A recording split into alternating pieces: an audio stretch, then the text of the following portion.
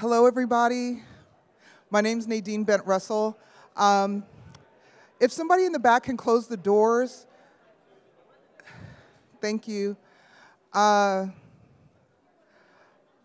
a UX Global Program Manager with Honeywell. I'm your moderator for the day. I'm going to do the introductions for the group. And I'm one of those people who like to start on time, honoring the people who made it on time. So thank you so much for your interest in this workshop today. I really feel like you're going to hear some really great perspectives from our awesome panel of people. So let me start by bringing them up. I've done my presentation of who I am, so we don't have to talk about me because it's about them. First, we have Cherie Norman. She is with Scientific Games and product management and instant products. They'll be further introducing themselves, but come on up, Cherie.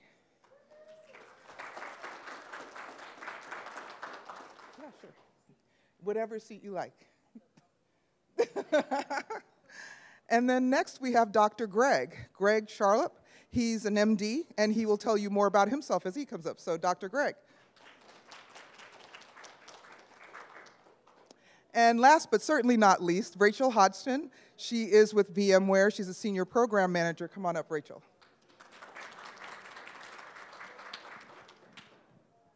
I know they have a seat for me, but as you can see, I'm one of those people who like to walk around. We're going to share the mic because it looks like we have one. And we don't have an audio person back there, so as I ask the question, then I'll hand the mic off, and you can share the mic yourselves, whichever way we're going to work that out.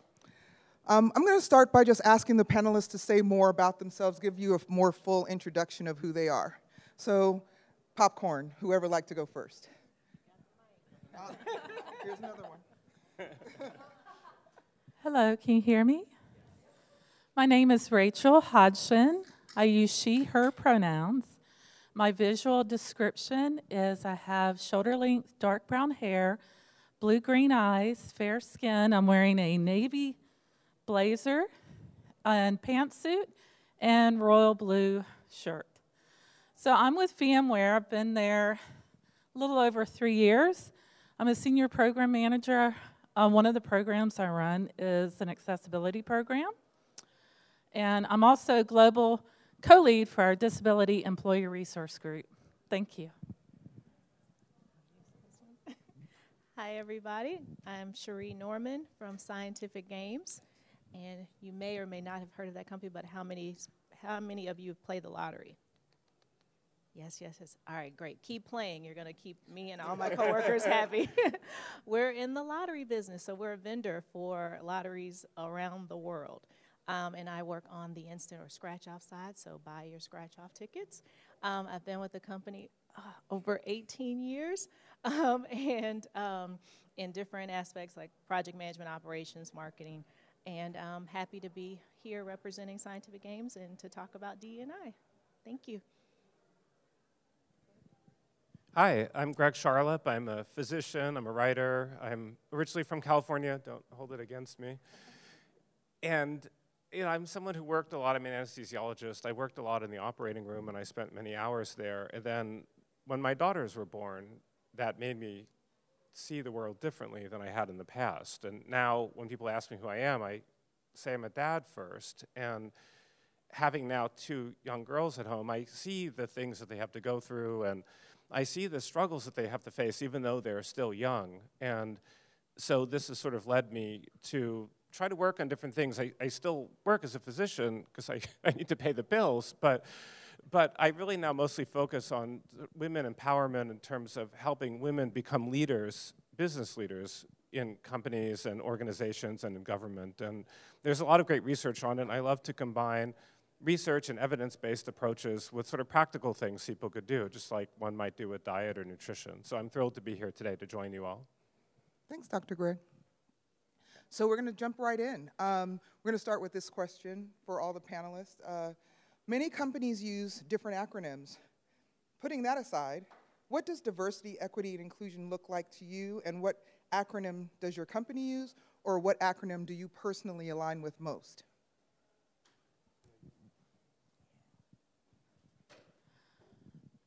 So for me, what acronym I align with most is actually DEANI. So not just diversity and equity, but also accessibility and inclusion. Our company uses DEI, but we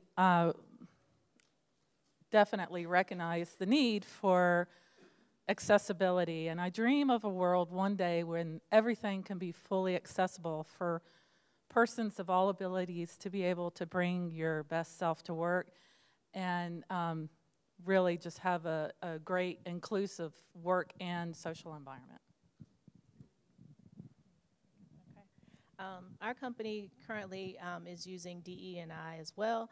I should give a little bit of background. Even though our company will be turning, I think, 50 years old next year, we've actually just gone through a divestiture and broken away from a larger organization. And so we're kind of not like an 87-year startup like Stuckey's, but more like a 50-year startup. So we are going to be looking at what does this opportunity look like for us, and do we need to evolve or change or add some letters to what we use for our program. But right now, DE&I is what we're using.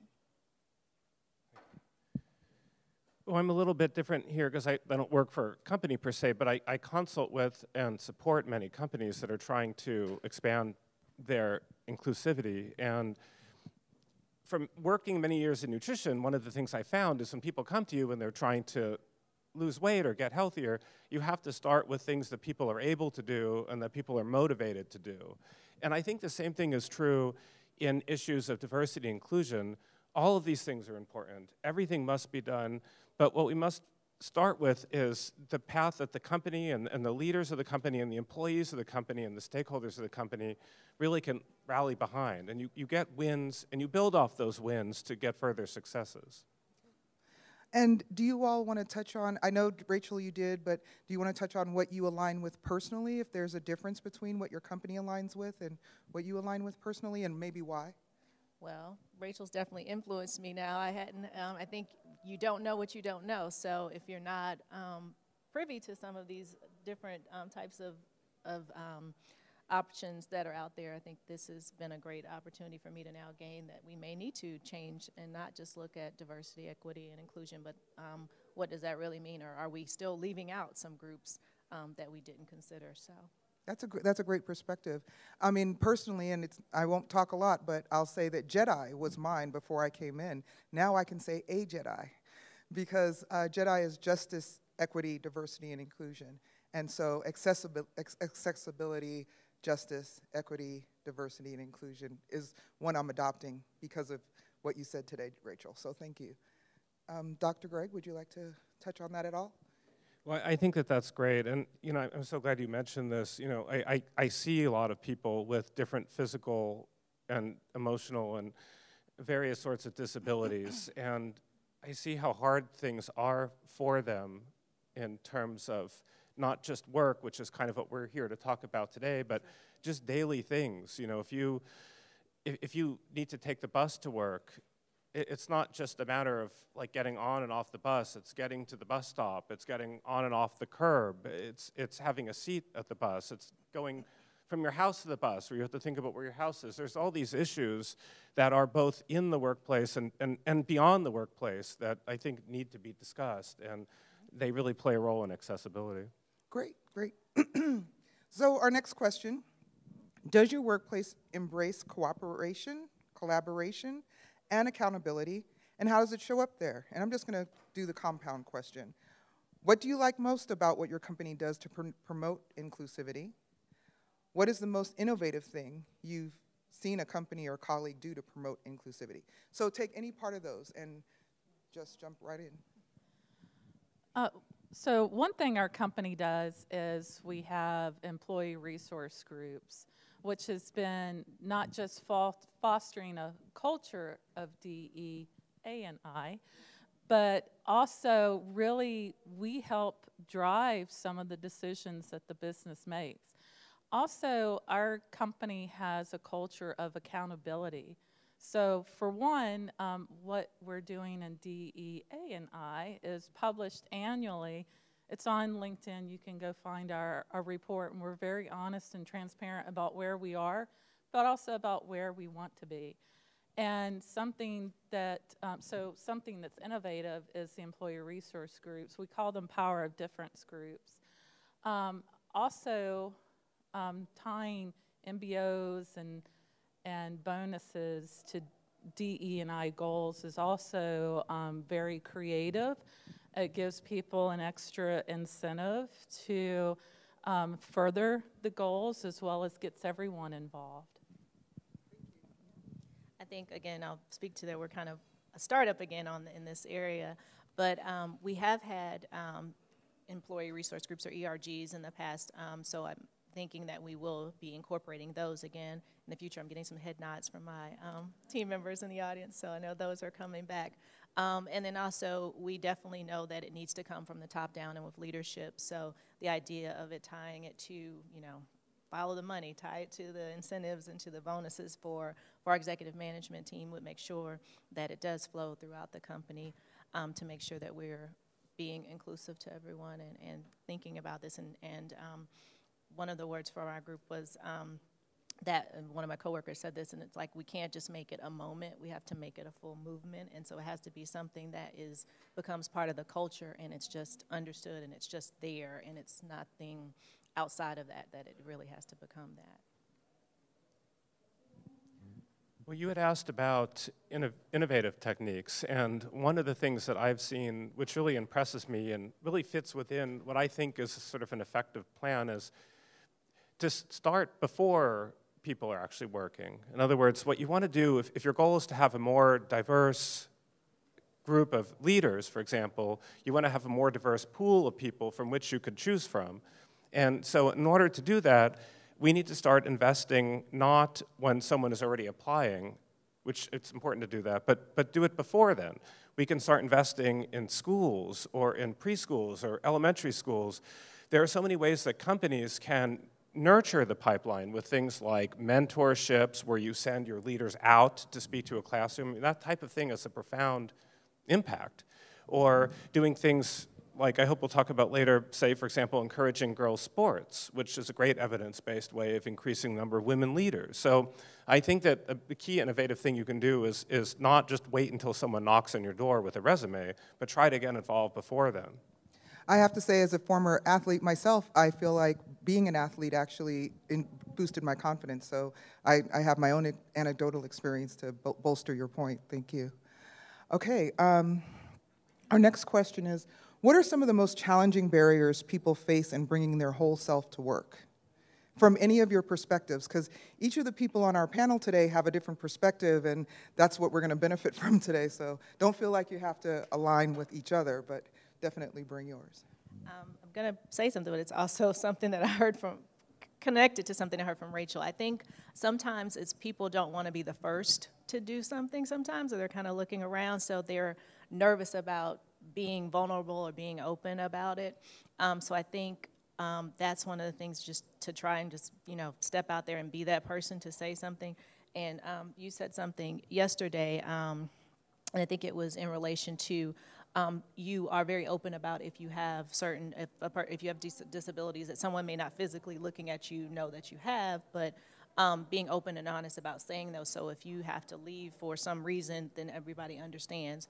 So I think something to that, even to that level, just being open and honest with your peers and your leadership so that they are able to accept that whole version of you and you're able to bring your best self forward and not have to feel like, well, I don't know if I should say this or if I can, or will they look at me differently or treat me differently because I have this, because we all have something. Yeah, I'd actually just like to add on to the we all have something. You know, there's one of the things, we talk about bias, but there's all kinds of biases that I think are worth understanding. And one of them is this sort of attribution bias, where we assume that if we're doing something and things don't go well, it's because of some external factor. You know, I meant to be there on time, but I was late because, you know, there was unusual amount of traffic or something. But if someone else does something that we see as wrong, we blame them rather than external things. When someone else is late to see us, we think, oh, they're a late person. You know, we don't think that maybe there was some other thing. And so we give ourselves the benefit of the doubt, but we don't give other people the benefit of the doubt. So I think one thing we could do if we could really develop this culture of understanding that everybody has difficult life situations. People may be late to meeting with you because their child is sick, or there's a whole bunch of other things you don't think about. And if you could just try to see things from other people's perspective as much as possible, that goes a long way. Yeah, and to add to that, one stumbling block for me in my life has been unconscious bias. So and 70% of all disabilities are hidden. So I initially was scared to disclose that I had disabilities because I was afraid people would think that I couldn't perform at the same level, or, oh, I'm gonna take off a lot of time off of work because I have disabilities. But it's really when people see that, okay, she does great work and she has these disabilities, I can disclose too. And it helps foster understanding. And one thing that I do appreciate is that our company has an unconscious bias course. And a couple of years ago, they actually added disabilities into the course as well. That's great. I hope that you all I see people taking notes, but I hope you're really taking notes and bringing these things back to your companies, because that's the opportunity here today. So, next question. What is the most insightful thing you've learned about inclusion?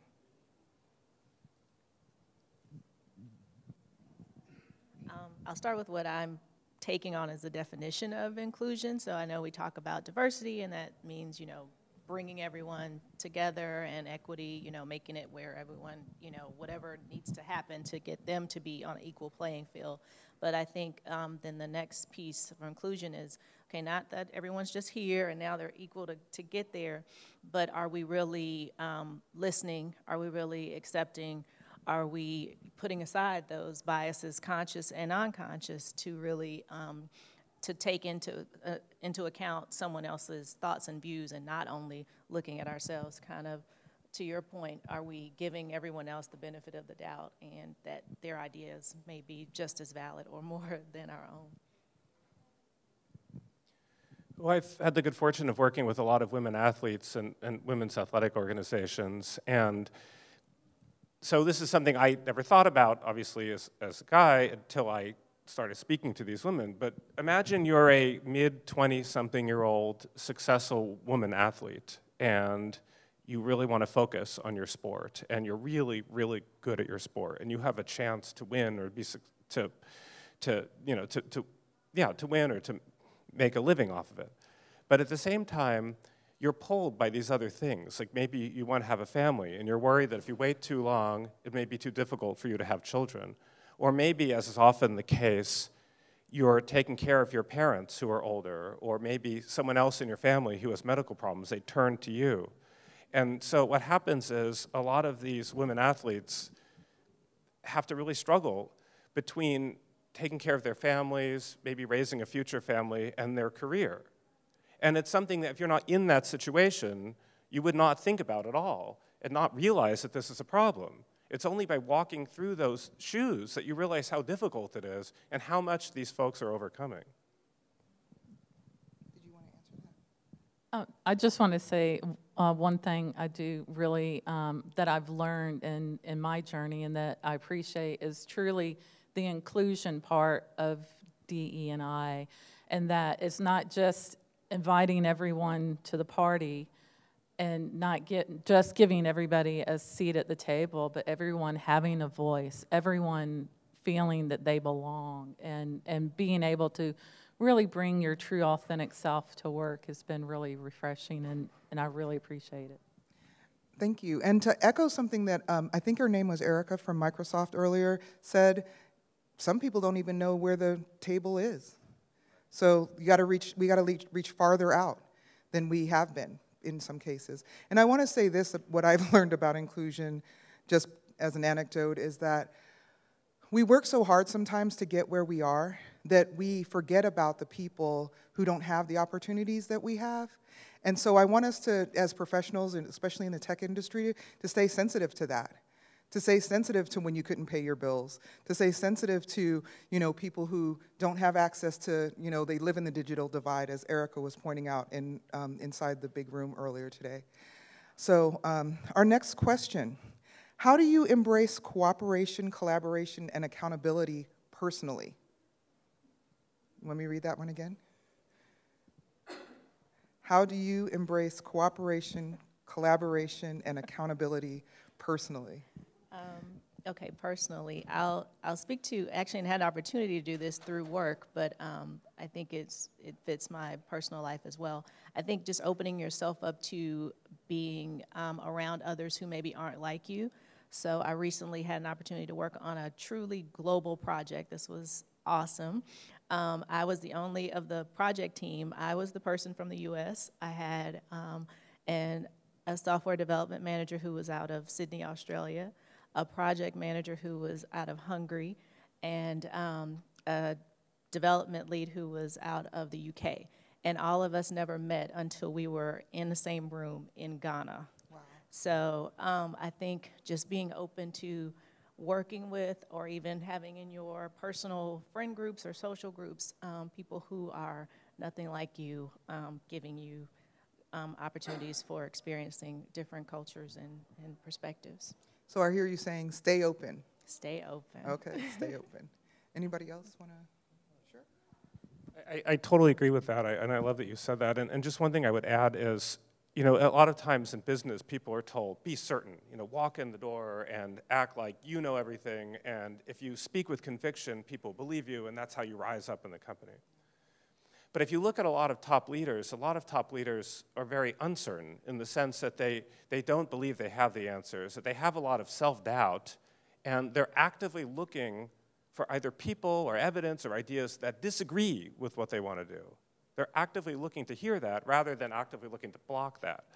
And so while that kind of in some ways goes against sort of the conventional teaching that you need to walk in, head held high, like you know what you're doing, when you're able to sort of take a humble approach to information, that's what leads to really some of the most successful leaders. And I would just add to that, one thing that we've done is, as the employee resource groups, as an example, the disability pod wanted to have a psychological safety course, but I'm no expert on it, and we really wanted to have a collaboration of thought, and so we asked our Pride Pod and Women's Pod to help us create this course. And now the course, I found out recently from our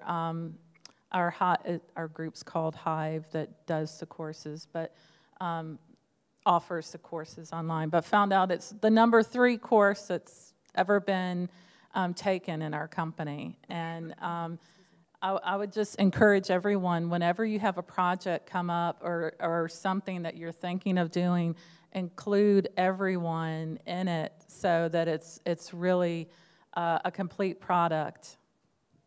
Thank you. And it's really funny. I actually moved to this side of the room because I realized I was probably blocking that woman that's sitting there in the front row, and so I wanted to just include her. So I'm standing over here now. And I'm an Agilist in my work, and that is a very inclusive activity. Like, I don't want everybody in the room. I want the right people in the room. But we need to think more broadly about who the right people are that are in the room, right? So this is a place in our program today where we're just going to throw the opportunity to ask questions out to the audience, to the panel. And who'd like to be first? You have a question? I know, right? I mean, we do have more questions we can answer, but we want to hear from you as well. Thank you. Hi, I'm Jennifer Higgins with JBN. I think this is probably most for Rachel, thinking about ERGs and intersectionality. So, realizing that people may not just have a disability, they may also affiliate with Pride, they may want to be part of a women's group. How do you work together with your different ERGs? You kind of alluded to it when you talked about the training program you created, but do you look for other ways to do programming together to address the intersectionality with your workforce? Thank you, and that's a great question. So one thing, and I take no credit in this, but one thing that the ERGs have started doing is having, we've just started having monthly calls together. And I believe the Pride Pod started it, but we're really learning how we can go beyond an ERG to also be like a BRG and really show our business case and our value because we bring a lot to the table for the organization. It goes beyond just fostering a culture of inclusivity, that we can actually show the data that we're making a positive impact.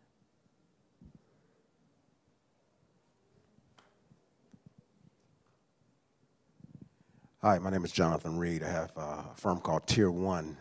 One of the things that I found is that DE&I is becoming mature, and the terms are becoming mature. That's why you see accessibility and belonging added to the equation. From your perspective, how do you see that changing in the next 12 to 24 months? And the reason why I ask that is because now I see a lot of firms talk about social equity, which includes DE&I, digital equity, economic equity, judicial equity, et cetera. Once again, so what do you guys see in terms of that becoming more mature and then changing over the next 12 to 24 months?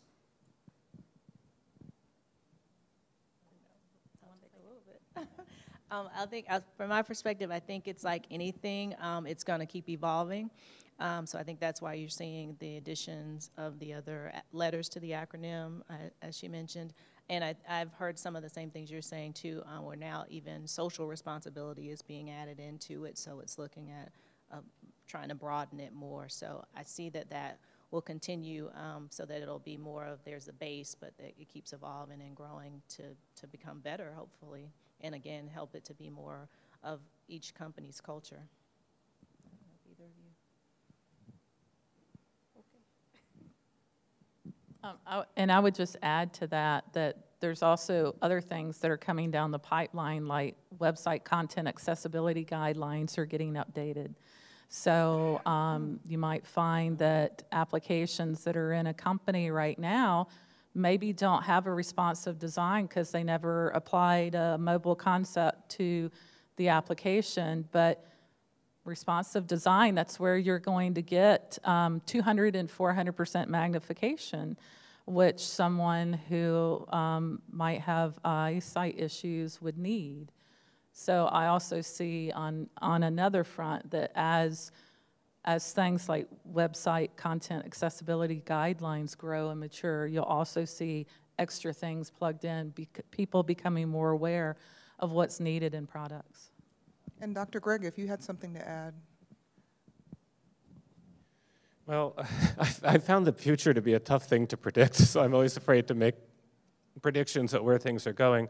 But I will say that I think as technology improves, I think the ability to both identify problems and to fix them are enhanced. And one of the reasons why I'm excited to come to a group like this, because I don't just work with technologists, but I'm honored to be around folks like you all here, is I think that the people in this room are just the sort of people that can harness technology to identify areas of need and then harness technology to identify innovative solutions to help make things better. So I don't know where things are headed, but I do think that folks like you all in the room are the people that are probably going to head it.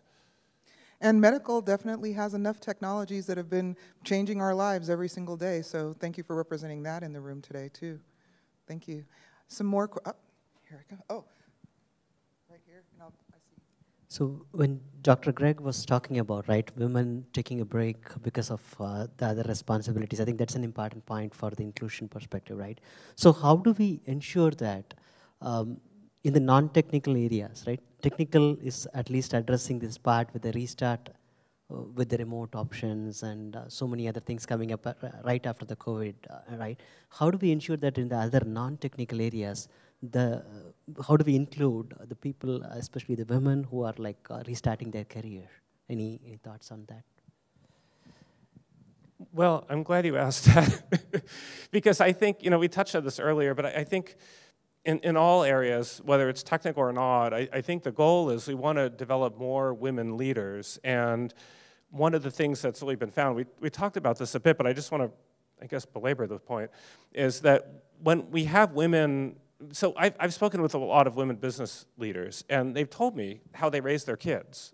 And there are a few tried and true things that we can do either as parents or as community members or as government agencies or as companies that we can do to help raise girls in a way that pushes them more towards leadership positions, whether it's technical or not.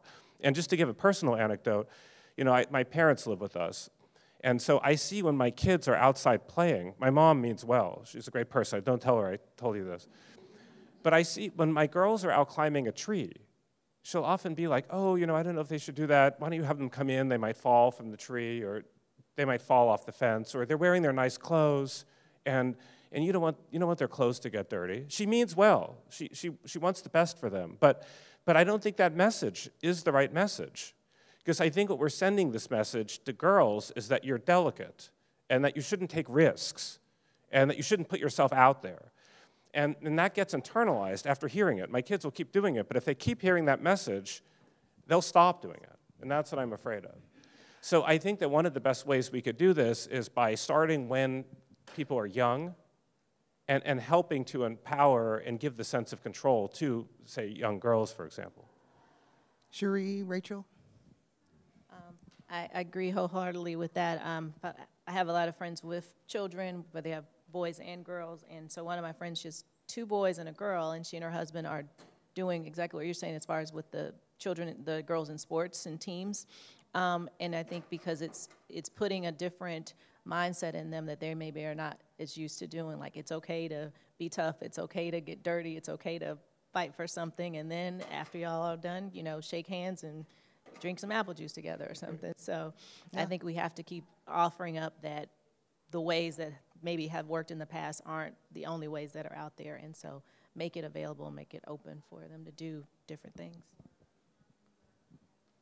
Yeah, and just to add to that as well, when my niece was growing up, I would give her the loudest toys, I would give her things that would help her be creative, and I was always telling her, you're amazing, you're creative, you're smart, you're funny.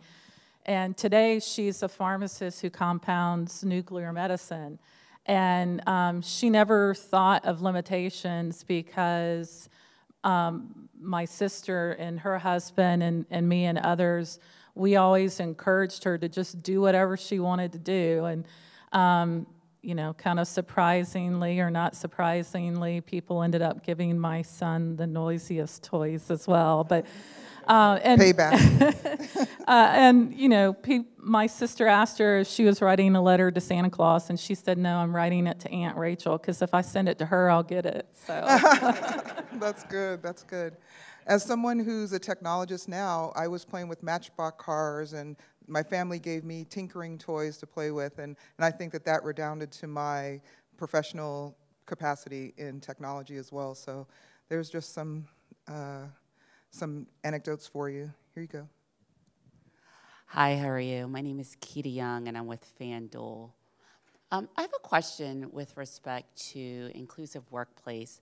I love what you guys were talking about earlier about the ERGs and mobilizing those that identify with certain diversity classifications, and I think they're really helpful with bringing about an inclusive workplace. But I'd love to hear your thoughts on those who are not affiliated with a diversity classification, or those who feel, though, this is not me, and really I don't have to, you know, get involved with ERGs, or like their initiatives don't really impact me.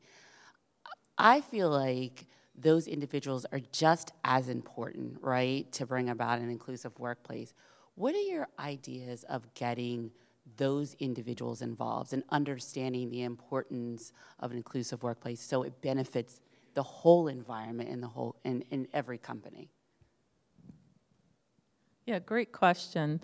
So one thing that everybody usually asks themselves is, what's in it for me? And so as our ERGs have been growing, whether it's spoken or not, we make certain everybody knows that it's inclusive for everyone. And even if somebody does not have a disability, I am grateful when I have an ally. You know, so even if somebody doesn't identify with a group, they can still be an ally and still see the benefit. And I really appreciate having unconscious bias as a course that everyone should take, because a lot of times people who aren't identifying with a group, you know, maybe they do have alignment, but they're not seeing the alignment. And when people realize that, you know, we all benefit from each other, that's when we have more inclusion. I'll just piggyback on that. You said the word I was thinking was ally. I think a lot of the groups, the ERG groups, that's what they consider anyone who's not particularly part of that group because of the maybe the name of the group, but they're coming to be allies, whether to learn more and be inclusive or to just bring another perspective. So I think that's the part. So I think you want to include others as allies, or even if they're coming in, they don't realize that that's what they are.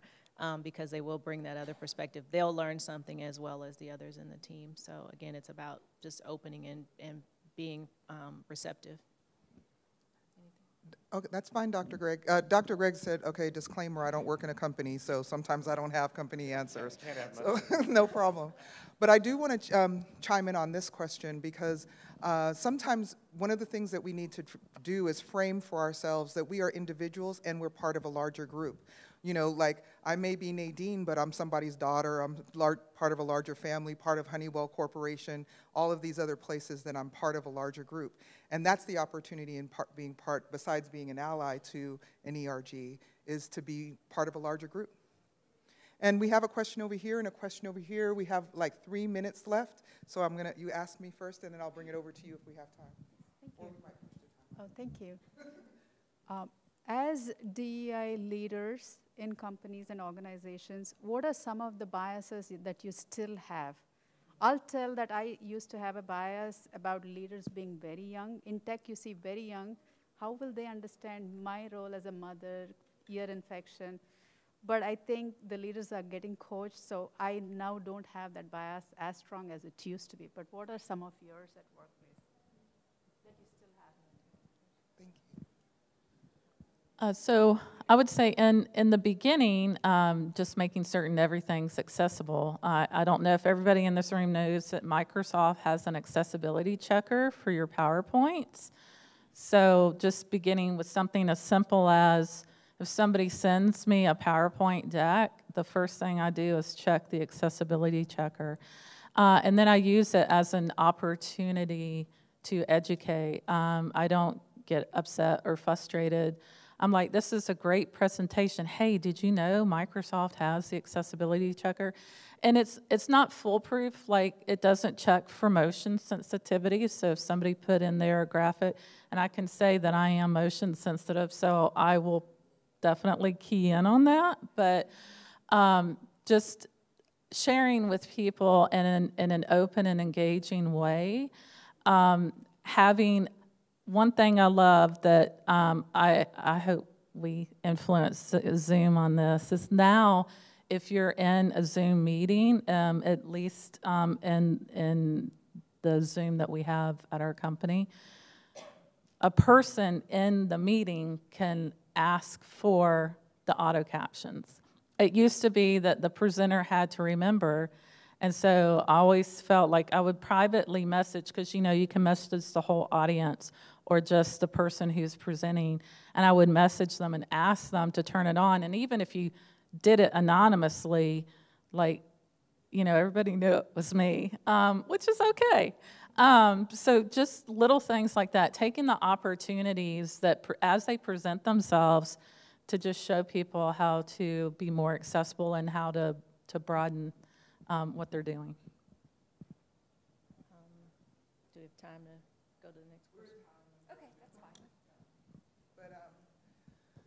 But Thank you to my Honeywell colleagues that are here in the room with me today. I just great to see like friendly faces while we're doing stuff like this. And thank you for showing up today. Thank you to our panelists. If you want to talk to them afterwards, you know what to do. Thank you for coming to this conference and taking time out of your workday, because that shows a real commitment. Thank you very much.